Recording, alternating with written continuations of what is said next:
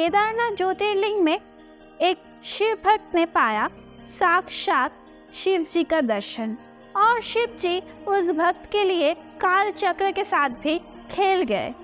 ये कोई कहानी नहीं है, ये रियल इंसिडेंट बेस्ड स्टोरी है। मतलब ये सच घटना के ऊपर निर्धारित एक कहानी है। हम सभी जानते हैं महादेव जी को महाकाल कहा जाता है। मतलब महादेव जी एकमात्र ऐसा देवता है जो काल के साथ भी खेल सकते हैं। मतलब वो चाहे तो काल का पहिया रोक भी सकते हैं और उस पहिया को बहुत तेज दौड़ा भी सकते हैं।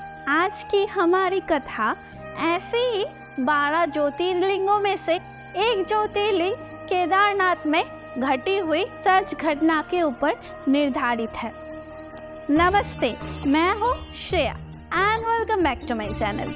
पहले हम जान लेते हैं ये ज्योतिर्लिंग होता क्या है। ज्योतिर्लिंग का मतलब होता है जिस लिंग में साक्षात महादेव जी का ज्योति विराजमान है। मतलब साक्षात महादेव जी जिस लिंग पे विराजमान होते हैं उसे कहते हैं ज्योतिर्लिंग।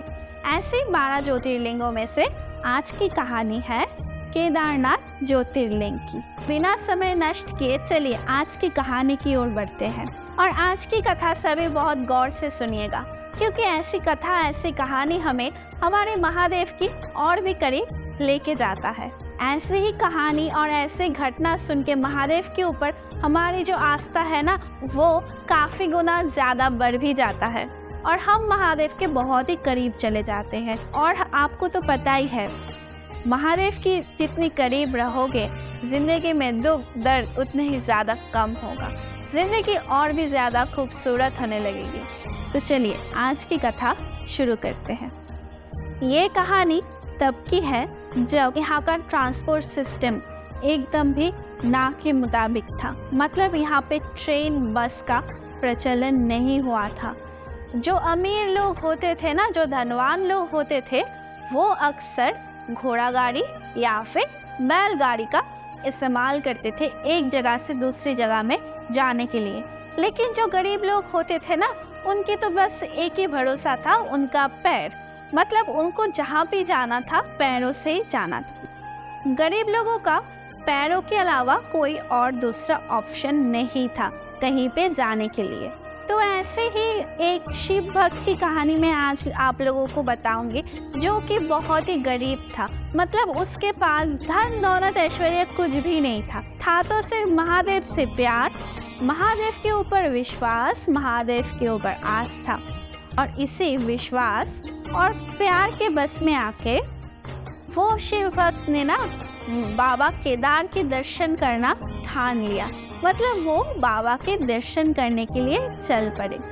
वो तो घर से निकल गया, लेकिन था तो वो गरीब, उसको जाना तो था पैदल ही। तो लेकिन उसको रास्ता भी पता नहीं था कहाँ और कैसे केदारनाथ पहुँचते हैं। वो शिव भक्ति में लीन होके घर से निकल पड़ा था। ना ही तो उनको रास्ता का कोई पता था, ना ही उनको ये पता था कि वो कैसे केदारनाथ पहुँचेंगे। तो वो ऐसे ही चलते रहे। बहुत सारा रास्ता भटकने लगे। लोगों से पूछते पूछते वो केदारनाथ की ओर चलने लगे। तो फाइनली उनको एक आशा की ज्योति दिखाई दिया।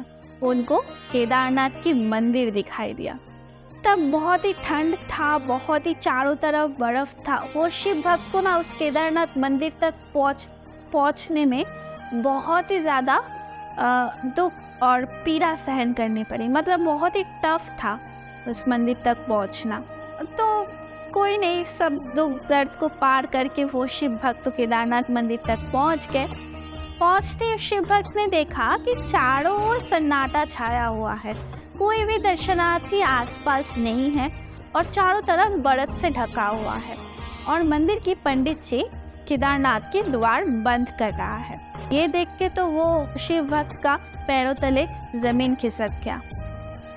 वो दौड़ते दौड़ते किसी भी तरह गिरते पड़ते मंदिर के पंडित जी के पास आए और पंडित जी से पूछे, पंडित जी क्या बात है, आज कोई दर्शनार्थी नहीं है यहाँ पे और आप भी इसी समय मंदिर का द्वार बंद कर रहे हो, क्या बात है?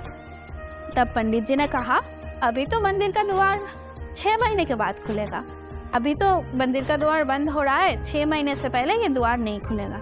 तो चलिए मैं यहाँ पे क्लियर कर देती हूँ।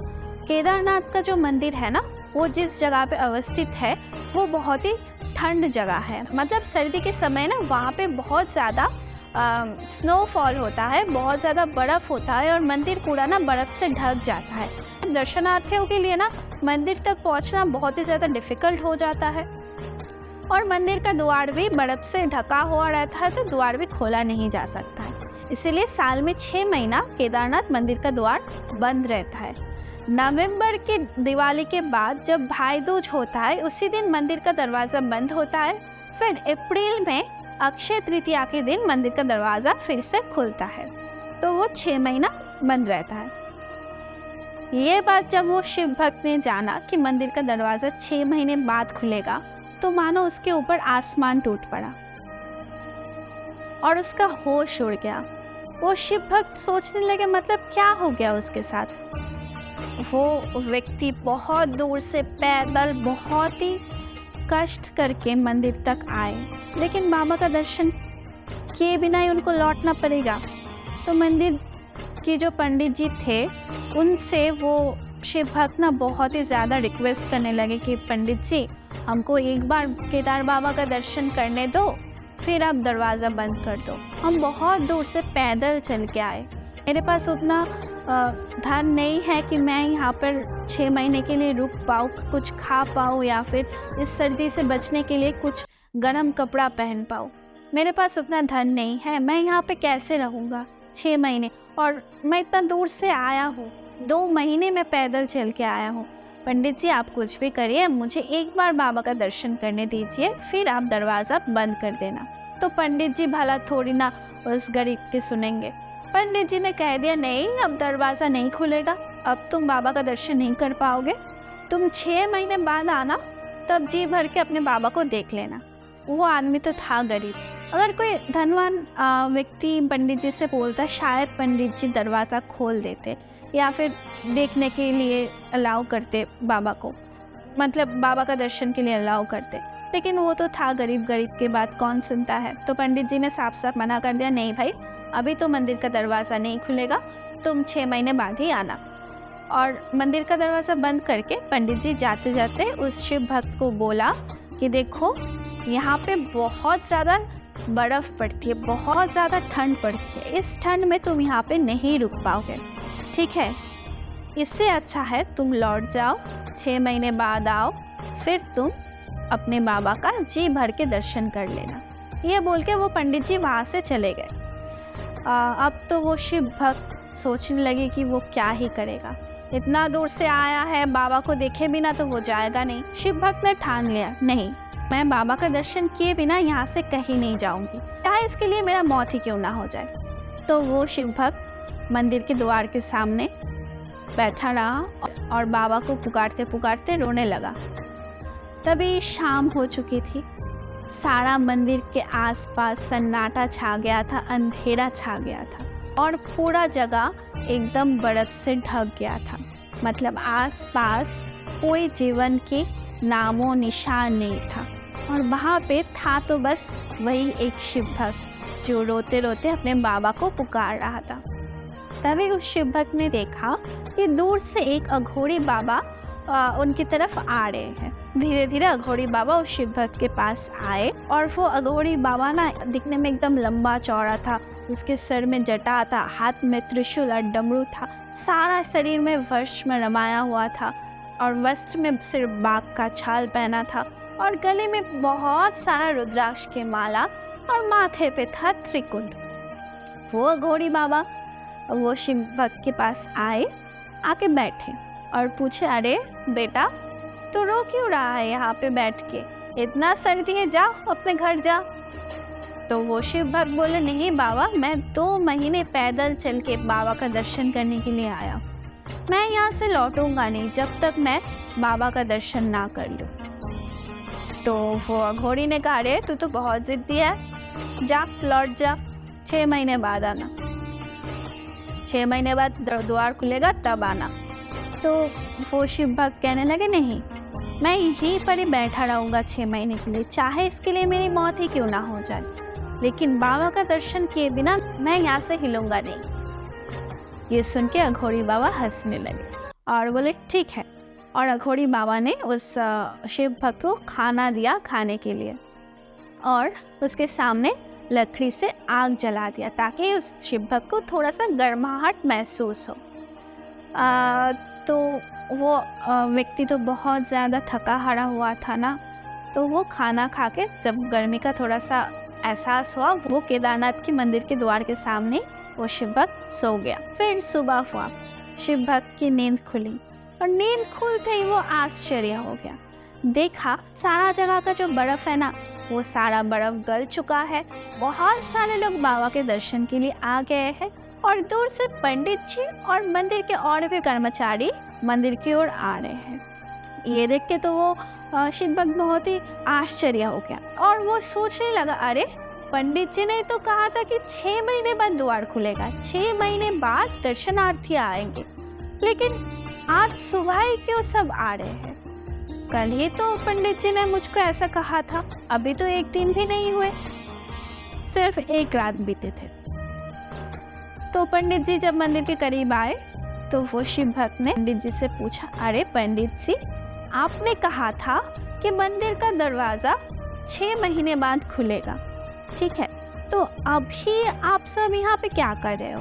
तब पंडित जी ने कहा, अरे तुम कैसे बातें कर रहे हो, 6 महीने तो हो गया, अभी तो अप्रैल का अक्षय तृतीया है, तो आज के दिन ही तो मंदिर का दरवाज़ा खुलेगा।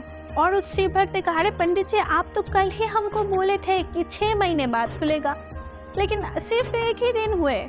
तब पंडित जी ने अपने दिमाग में थोड़ा सा जोर डाला और उनको सब याद आ गया। पंडित जी ने बोला, अरे तुम वही हो ना जो 6 महीने पहले आए थे बाबा के दर्शन के लिए, लेकिन दरवाज़ा बंद हो जाने के कारण तुम दर्शन नहीं कर पाए, तुम 6 महीने से यहीं बैठे हो?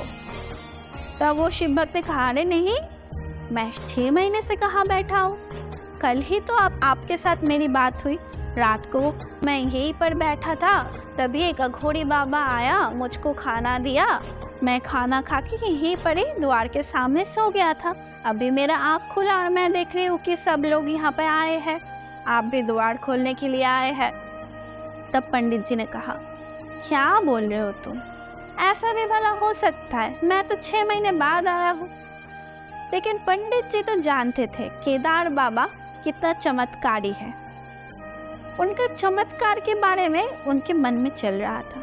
तब पंडित जी ने पूछा, अच्छा तुम मुझे खुल के बताओ तुम्हारे साथ क्या हुआ था। तब वो शिव भक्त कहने लगा, पंडित जी, जब आप चले गए थे कल दरवाज़ा बंद करके, मैं इसी द्वार के सामने बैठ के रोने लगा और बाबा को पुकारने लगा था। ऐसे ही करते करते शाम हो गया, रात हो गया और एक अघोरी बाबा आया था मेरे पास, उन्होंने मुझे खाना दिया, मैंने खाना खाया, फिर मैं सो गया और सुबह उठ के ये सब देख रहा था। तब पंडित जी ने शिव भक्त को पूछा, अच्छा तो मुझे बताओ तो वो अघोरी बाबा दिखते कैसे थे? तब शिव भक्त ने कहा, वो बाबा एकदम लंबा चौड़ा, उसके माथे पे जटा बना हुआ था, उनके गले में बहुत सारा रुद्राक्ष की माला था, हाथ में था त्रिशूल और डमरू, और वो सिर्फ वस्त्र में एक बाघ छाल ही पहने थे और उनके सारा शरीर में भस्म लगाया हुआ था और माथे पे था त्रिकुंड। तब ना पंडित जी समझ गए, वो और कोई नहीं, साक्षात बाबा केदार, मतलब कि हमारे महादेव जी आए थे उनके भक्त का मदद करने के लिए, उनका सहायता करने के लिए। उस शिव भक्त की बात सुन के पंडित जी को और आसपास सभी लोगों को ये मतलब एहसास हो गया था कि वो अघोरी बाबा और कोई नहीं, महादेव था, जो कि अपने भक्त को मदद करने के लिए आया था। महादेव ने 6 महीने को 1 रात्रि में बदल दिया उस व्यक्ति के लिए। मतलब वो व्यक्ति को इस बात का एहसास तक नहीं हुआ कि वो 1 रात में 6 महीना बीत गया।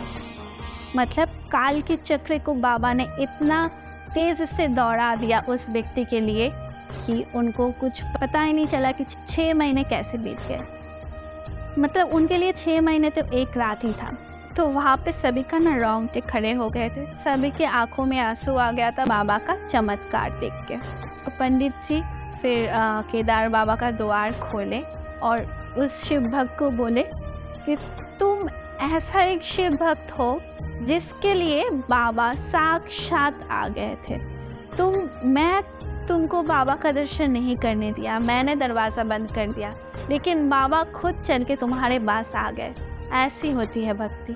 ऐसी भक्ति तो मैंने भी नहीं की। मैं इतने सालों से बाबा केदार का सेवक हूँ, सेवा कर रहा हूँ, कभी मुझे बाबा ने दर्शन नहीं दिया, लेकिन तुम्हारे मन में इतनी भक्ति है, इतनी बाबा के ऊपर आस्था है कि बाबा खुद चल के आए तुम्हारे सामने, तुमको दर्शन दिया, तुमको खाना दिया, तुम्हारा रक्षा किया।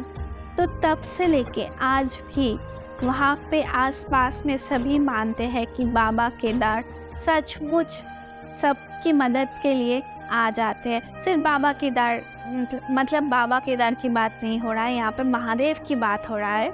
महादेव का सच्चा भक्त जब भी, जहाँ भी, जैसे भी मुसीबत में हो, बाबा खुद चल के आएगा उनका मदद करने के लिए। सिर्फ आपको सच्चे मन से महादेव जी को पुकारना है, वो साक्षात आपके सामने आ जाएंगे आपके मदद करने के लिए।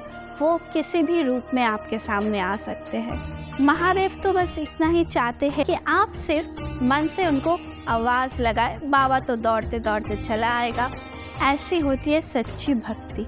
आई होप आप लोग अभी महादेव से कनेक्ट कर पा रहे होंगे, क्योंकि मैं ये कहानी बताते बताते बहुत ज़्यादा महादेव से कनेक्ट कर पा रही हूँ। मुझे एहसास हो रहा है उनका। जानती हूँ आप लोगों को भी ये एहसास ज़रूर हो रहा है, क्योंकि महादेव हमेशा ही हमारे आसपास होते हैं। जब भी हम कोई भी मुसीबत में पड़ते हैं, महादेव दौड़ के आ जाता है हमारी रक्षा करने के लिए।